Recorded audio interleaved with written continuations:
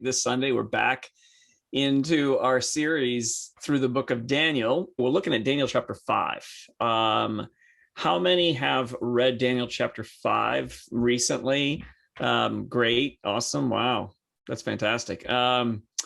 This is the one that is where we get our idiom today in America and across the world, the writing on the wall, right? So you've heard that idiom that's been used many times. That's where it comes from Daniel chapter 5, writing on the wall. But today I want to title the talk Patterns and Prophets. Patterns and Prophets. And we're going to look at this let's start with just an overview real quick, because it's been 2 weeks since we've been in the book of Daniel. And so we'll review again. And what I'm going to do is show you, I can't share. I've got some technical issues happening here.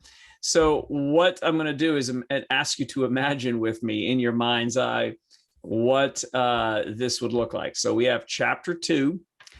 Chapter 1's introduction. So that's the one where Daniel chooses not to eat the meat that is offered to him, and instead he eats the vegetables.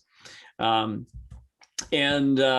so then you have here in Daniel chapter 2, and this is really where sort of the structure begins, is you have the dream of the 4 kingdoms that Nebuchadnezzar has. You remember that? He has that dream of the 4 kingdoms. No one can interpret it, so Daniel does. And then chapter 3 is Daniel's 3 friends in the fiery furnace. Let me see if I can actually put this all in the chat. Let's see if that works.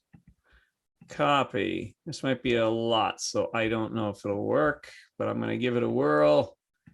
Okay, let's see if it worked. It worked okay. Look at the chat if you can, and you can follow along with the with where I'm at.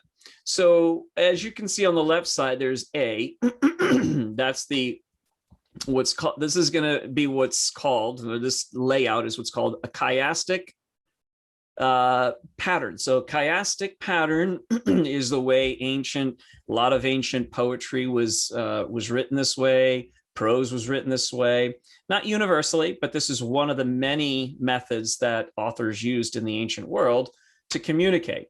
And so you'll have the message here starting A, B, and then you'll see C and C, okay? And then B and then A again. What these are corresponding stories. They sound the same. They have a lot of similarities, right? So you have a dream of 4 kingdoms replaced by a 5th in chapter 2. A, let's look down at the last A, chapter 7, a vision of 4 world kingdoms replaced by a 5th. Okay. Then you have B, which is chapter 3, Daniel's 3 friends in the fiery furnace. Okay. Look at B here, Daniel in the lion's den. Right. So similar story. C is Daniel interprets the dream for Nebuchadnezzar.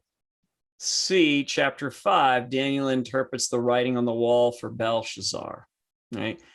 So what the author is doing, the storyteller is doing, is kind of driving from the outsides into the center to say, I want you to capture the message I'm trying to convey to you.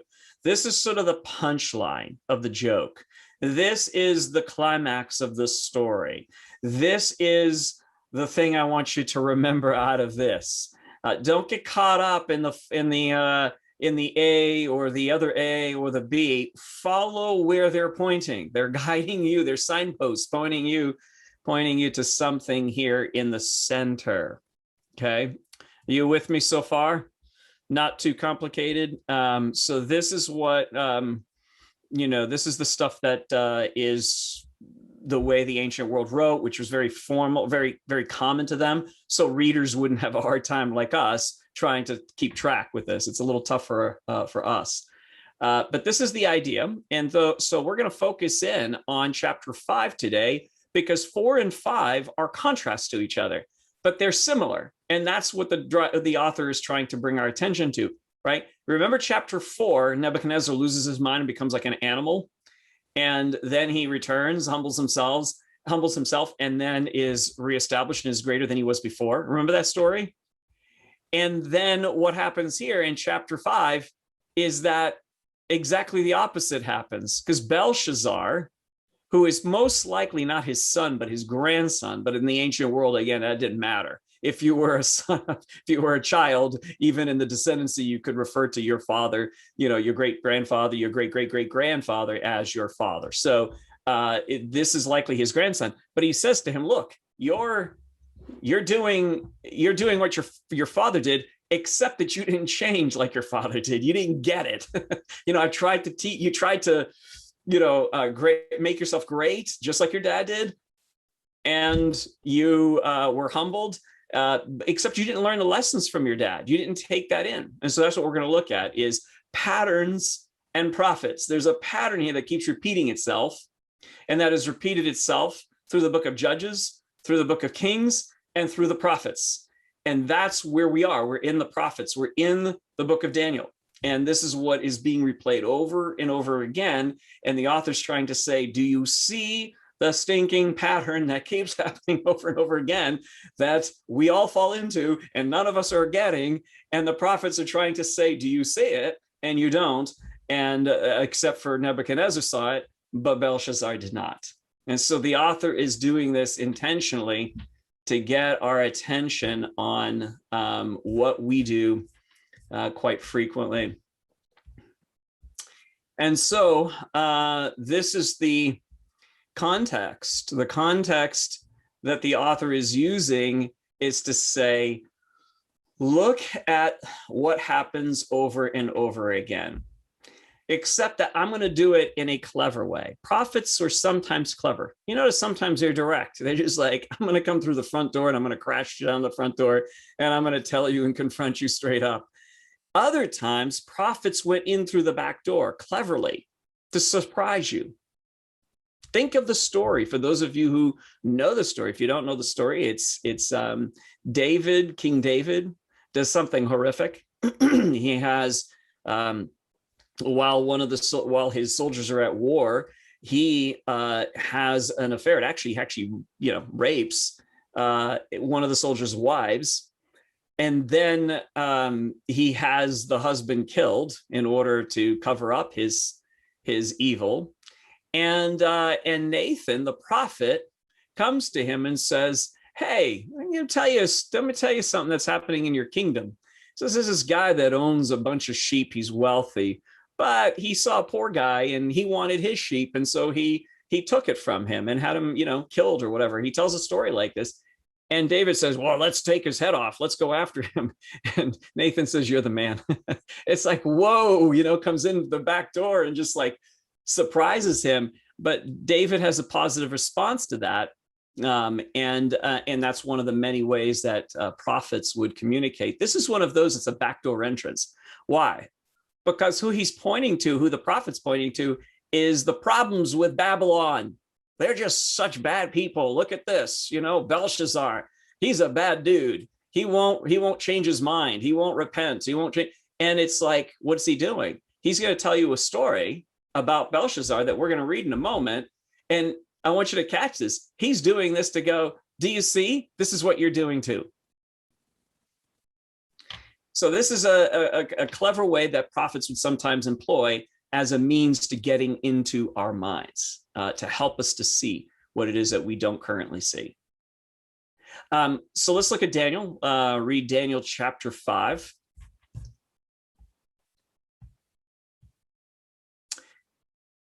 Daniel chapter 5, King Belshazzar gave a great banquet for 1,000 of his nobles and drank wine with them. Common setting, by the way, for storytelling. This is often used, this device. Parties being thrown. While Belshazzar was drinking his wine, he gave orders to bring the gold and the silver goblets that Nebuchadnezzar's father had taken from the temple in Jerusalem, so that the king and his nobles, his wives and concubines might drink from them. Okay. This is supposed to shock you as a listener and an ancient listener to this story. because even pagans, people that were of different faiths, religions in the day, thought this was really bad. You don't do this sort of thing. Even if you conquer the other people, you don't take their goblets that have been consecrated to their gods. You don't just willy-nilly take them and drink them like you're something special, like you're bigger than the gods, So they brought in the gold goblets that had been taken from the temple of God in Jerusalem, and the king and his nobles, his wives and concubines drank from them. As they drank the wine, they praised the gods of gold and silver, and of bronze, iron, wood, and stone. In other words, wealth and military might. That's what's covered in here. Verse 5, suddenly the fingers of a human hand appeared and wrote on the plaster of the wall near the lampstand in the royal palace. The king watched the hand as it wrote. His face turned pale as anybody else's face would, and he was so frightened that his legs became weak and his knees were knocking. I love this picture. This is very funny, right? This is like, yep, anybody would feel that. Anybody would be terrified by suddenly fingers writing on a wall. And the king summoned the enchanters, astrologers, and diviners. And then he said to these wise men of Babylon, whoever reads this writing and tells me what it means will be clothed in purple and have a gold chain placed around his neck, and he will be made the third highest ruler in the kingdom. And all the king's wise men came in, but they could not read the writing or tell the king what it meant. So King Belshazzar became even more terrified, and his face grew more pale. Now, do you recognize all of these people that he had hired could not read or understand, right? That happened before, right? In the book of Daniel, right? We've already read a similar story. That's what the author's doing, is to bring this back in and to say, see, I want you to see what happens here. It keeps happening over and over again. These patterns that we live in, these things that we do. And then when there's the writing on the wall, a sign, an indication that something is wrong with what you're doing, most of the time we don't interpret the sign that's coming our way until we have to have literally someone come in and expose us. It is oftentimes the way things happen, or a circumstance exposes us. Okay, so his nobles are baffled. The queen, hearing the voices of the king and his nobles, came into the banquet hall. May the king live forever, she said. Don't be alarmed. Don't look so pale. There's a man in the kingdom who has the spirit of the holy gods in him. In the time of your father, he was found to have insight and intelligence and wisdom like that of the gods. Your father, King Nebuchadnezzar, appointed him chief of the magicians, enchanters, astrologers, diviners. He did this because Daniel, whom the king called Belteshazzar, was found to have a keen mind and knowledge and understanding, and also the ability to interpret dreams, explain riddles, and solve difficult problems. Call for Daniel, and he will tell you what the writing means. So Daniel was brought before the king, and the king said to him, are you Daniel, one of the exiles my father, the king, brought from Judah? I have heard that the spirit of the gods is in you, and that you have insight, intelligence, and understanding and wisdom. The wise men and enchanters were brought before me to read this writing and tell me what it means, but they could not explain it. Now I've heard that you are able to give interpretations and solve difficult problems. If you can read this writing and tell me what it means, you will be clothed in purple and have a gold chain placed around your neck, and you will be made the third highest ruler in the kingdom. I love Daniel's response here. Then Daniel answered the king, you may keep your gifts for yourself and give your rewards to someone else. Wow. That's some cojones. I mean, to actually be able to stand in front of a king and tell him, keep your gifts to yourself. I don't need them. That is, everybody else must have gasped who heard this in the room, like collective, like sucking in of the air. What did you just say? Never mind like being clothed with purple and having all this wealth, but the way you just spoke to the king so directly, so dismissing, it's as if you don't need anything and that you are okay with who you are and comfortable in your own skin and comfortable enough to actually speak truth, which apparently by this point in Daniel's life, he's rather older, probably old, very old, and just doesn't care anymore. I'm probably going to die anytime now, so I'm going to tell you what I think. All right, so Your Majesty, the Most High God gave your father Nebuchadnezzar sovereignty and greatness and glory and splendor. because of the high position he gave him, and all the nations and the peoples of every language dreaded and feared him. Those the king wanted to put to death, he put to death. Those he wanted to spare, he spared. Those he wanted to promote, he promoted. And those he wanted to humble, he humbled.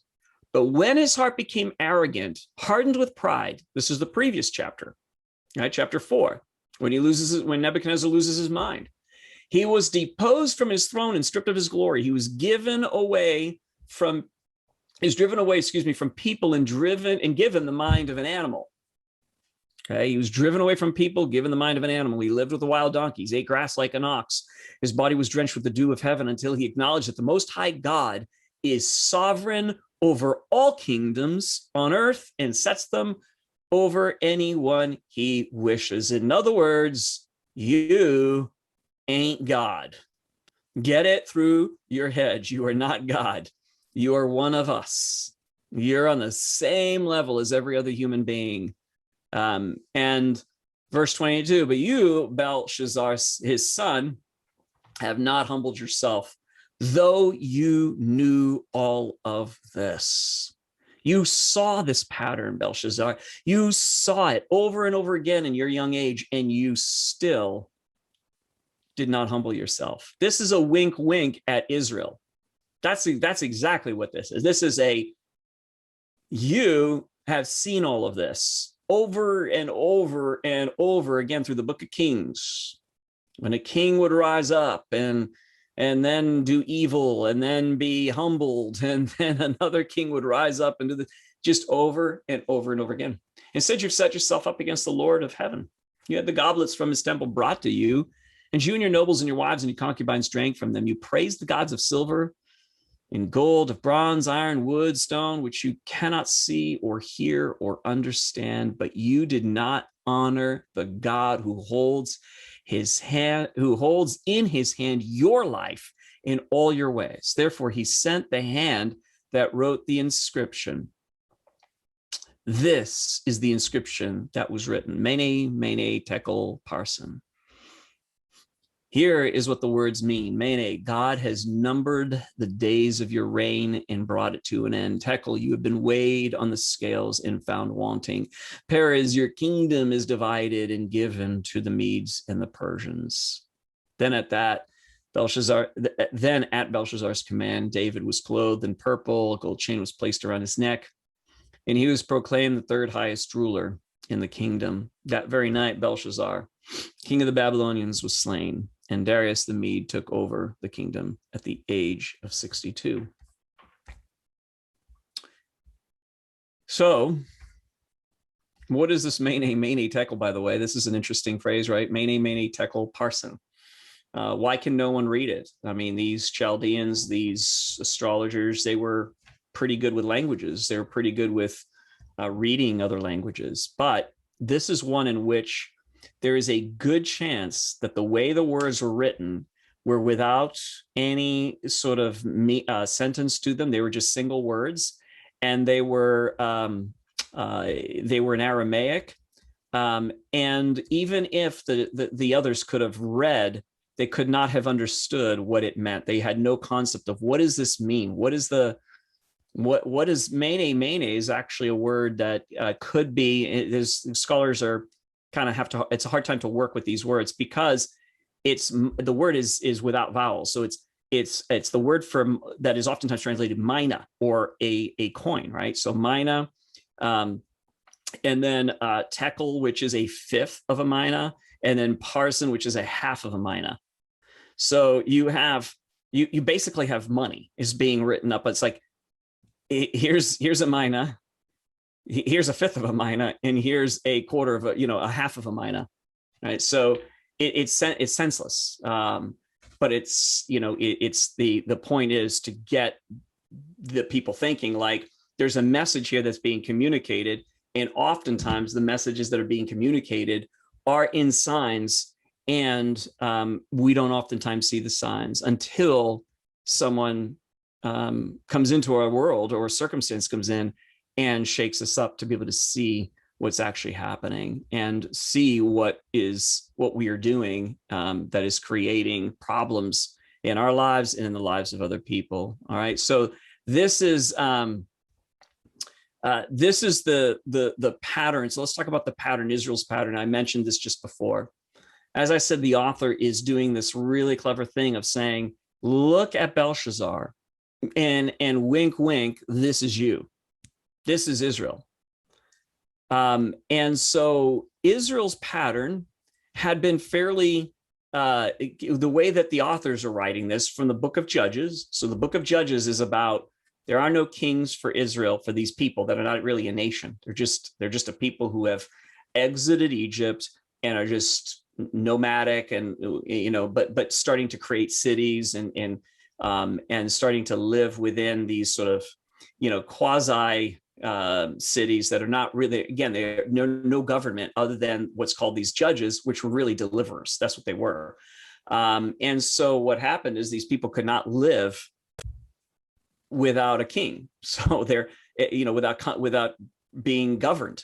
They couldn't just rely on God. They couldn't trust God. They needed a physical authority figure to tell them what to do, to tell them how to live. Now, boy, I could go down that path and that would be a whole other sermon. But that's what's happening in the book of Judges. By the time the kings rolls around, they finally ask for a king. They demand a king. They want a king because they're tired of the same thing happening, which was they would get to a certain point, and then they would begin to oppress each other. And this is the pattern that's consistent, by the way. There's this sort of flow to Israel's pattern, which is that they oppress others, then they become oppressed, then they repent, then they are delivered, and then they go back to oppressing others. This pattern repeats itself over and over again through the book of Judges. That's the story of the judges. It's like, they start mistreating each other. They start taking from each other. This is all part of the whole worship of other gods. And what they do is then they get oppressed themselves. Another nation comes in against them. They repent. They say, oh, please, God, I'm so sorry. Forgive me. I won't do this again. And then a deliverer rises up and frees them, and they're delivered. And then the pattern starts all over again. Then it comes to the kings, and they say, we need a king. We need a king. We want to be like all the other nations, have a king. They get a king, and it's, Saul is their first king. And then David, who's a very good king, apparently, in many ways, does a lot of bad things as well, but is a good king overall. And then you start to see this pattern through the book of Kings, up and down, over and over again. Good king who does the right things, bad king who oppresses people. Back to a good king who does the right thing, back to a bad king who oppresses people. And this happens over and over again, right through until Israel is finally, both the northern kingdom and the southern kingdom are finally brought into exile. And then in exile, you have a lot more of the prophetic writings. So you have the prophets that come after the king. So you have Judges, then you have the book of Kings. Then you have the list of the prophets and all their writings. And the prophets are coming in to say, do you see this pattern that you keep falling into? Stop doing that. And the people won't listen. So let me say a couple things about prophets, the way they function. Prophets were not nice people. They're not nice people. They're not people that you would like to hang out with, for the most part, have a beer with. They are weird, strange people. They're not normal. They're not perfect. They're not perfect. They don't say things the way that you would like them to say. They don't speak to you kindly. They don't speak to you respectfully. They don't speak to you gently. They don't know how to convey a message in a way that makes you feel all warm and fuzzy. They can be clever and they can get in through the back door, but they can also be very, very difficult in the way they communicate. And I say this because oftentimes that's the reason why we don't listen to these voices, is because they come across in ways that hurt us, that make us feel uncomfortable. You know what I'm talking about. You have people in your lives that will say something to you and you're like, well, clearly my wife or husband could not be a prophetic voice. That's clear. That's off the table. And then, we start having certain people that we put off the table. Like, no, clearly that person, no, not at work. That person at work, no, not a prophetic voice. They're just a jerk. And so we can begin to marginalize all these voices until we're down to narrow to simply saying the only voice I'm going to listen to is that of my pastor. But only if my pastor tells me what makes me feel pretty good or confirms what I already think. But if my pastor tells me something that really unsettles me, then he or she is now off the table as well. And then we can keep going down the list until we are a silo, an echo chamber, until we only have the people that we like who say what we already think. You know, you get these other social media groups now that have started that are just for conservatives or just for liberals or just for, and it's like, and that's what's happening all over again. It's like, no, I don't want to listen to voices that may unsettle me. I only want to hear what I already believe and support my ways of thinking. And we are alienating the prophetic voices, the ways that God communicates to us. Except for, strangely enough, the so-called prophet who travels the world, who has millions of dollars, who's got a beautiful home, several beautiful homes that are multi-million-dollar homes, and who sells books about end times. That is not even close to what prophets were like in the ancient world. Again, they were not the people that did this. Daniel's like, oh no, keep your stuff for yourself. I have no desire for anything that you want to give me. I don't need it. And so it's take the message, because the message is for your good. You may not like it, but it's for your good. And so the question we have to ask ourselves is, have I alienated, have I cut off a lot of voices in my life? Because I don't like them, because they hurt me, because they make me feel angry, because they frustrate me, because I disagree with them. You know, pay attention to what's happening internally for you. If something unsettles you, pay attention. It may not be prophetic. It may be pathetic, but it's still something to pay attention to. How do you know? You don't know. You don't know until you've given it a chance to ask, is this from you, God? Can I sit with this for a little bit and weigh and test it to see, is this from you? And that's what the New Testament tells us to do. Weigh and test things. Don't dismiss it out of turn, and don't accept it without thought. Weigh and test it. So, so let's put this all together. Patterns and prophets and what's happening here, as Daniel is the prophet who speaks to Belshazzar, who represents Israel, all of us, right? Nebuchadnezzar represents us too. It's like, oh yeah, I've had my moments of just like completely turning around. And that's what the author's doing in the book of Daniel, is to compare chapter 4 to chapter 5. Nebuchadnezzar gets it, sees it, and sometimes we do. Belshazzar doesn't, and sometimes we don't. And so, you know, this is the truth about all of us. And so what are we doing with the prophetic voices? Now, this is the message for us today is how are we, you know, this is the message for us now, is how are we paying attention, recognizing the patterns and the prophets? Well, for one thing is it's difficult to see the patterns in our lives. I'll be honest with you. I don't see mine. I don't see what I do. Do you? Usually other people in your life see what you do first. So, you know, and that can be very painful at times, you know, of course, because people who love us will see what we are and see what we do, and will point that out to us, but we have a hard time sometimes hearing it. All right, so the prophetic voice lives around us everywhere. Doesn't mean that the people around you are prophets. It just means that God is always communicating prophetically to us in all kinds of ways. I've had people say to me, Joel, how do you hear God? This used to be a constant question years ago. I was running into lots of people who were saying, how do you hear God? How do you hear God? And then some went off and went to prophetic conferences to learn how to hear the voice of God or become one of these prophetic voices, you know, to other people.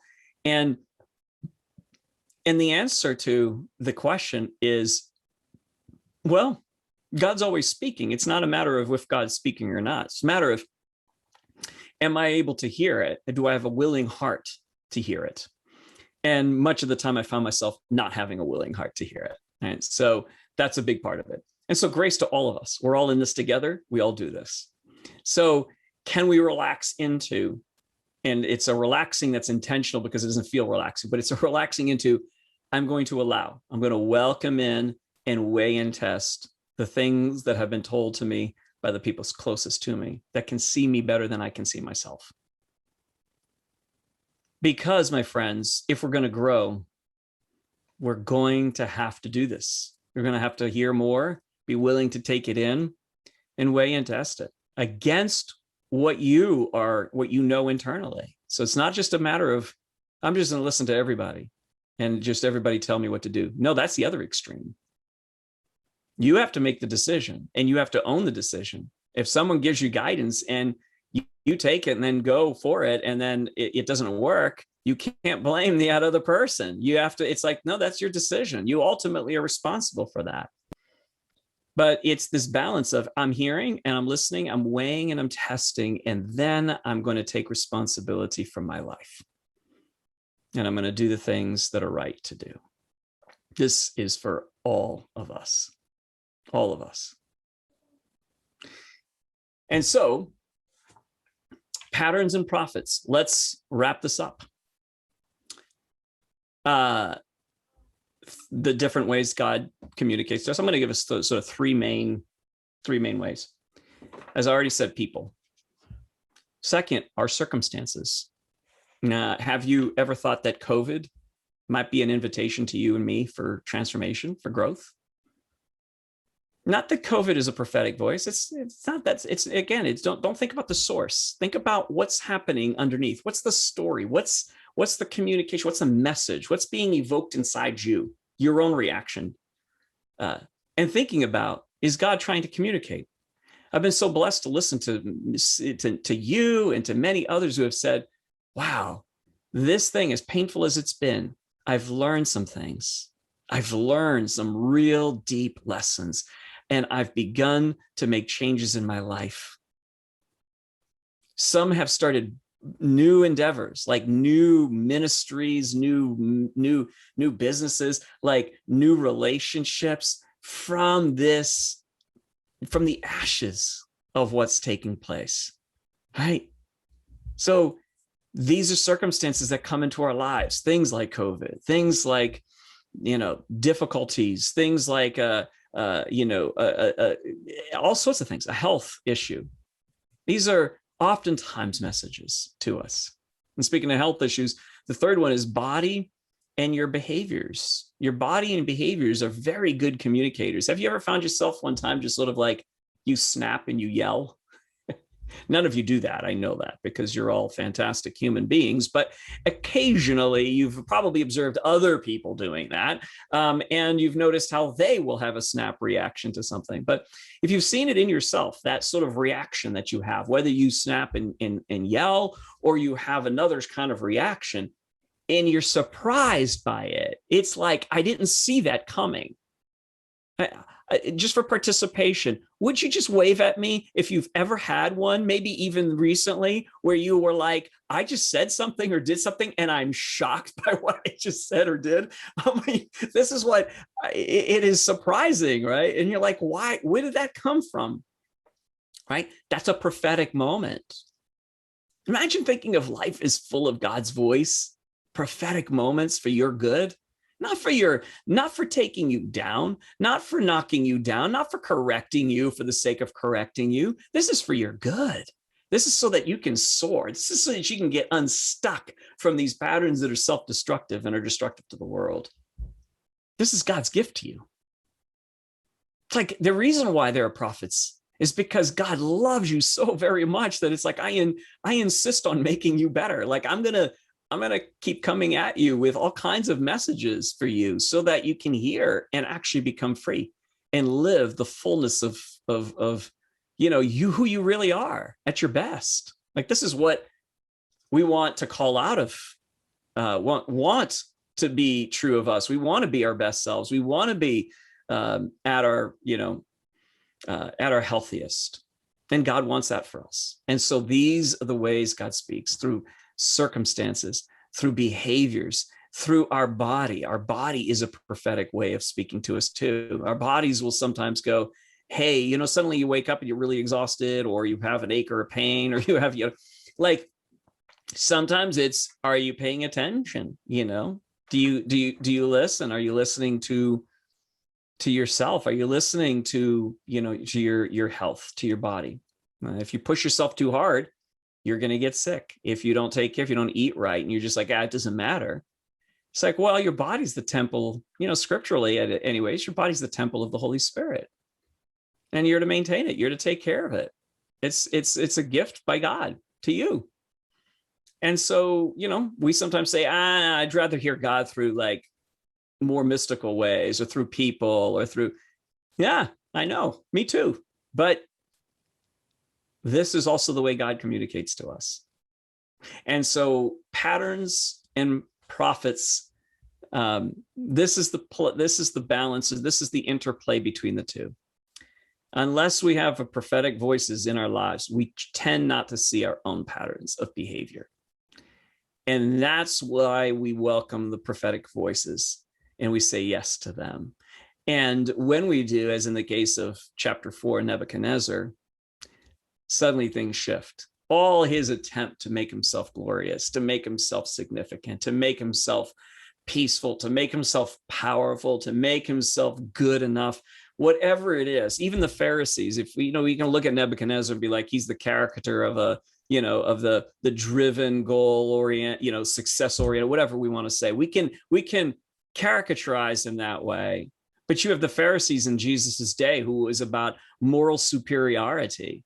And that's the way they felt about them. That's the way they wanted to be great. And they felt that I would be rewarded if I'm morally superior to other people. But it's still very much about the sort of self and the narcissism and the self-consciousness. It's the focus too much and overly done on ourselves.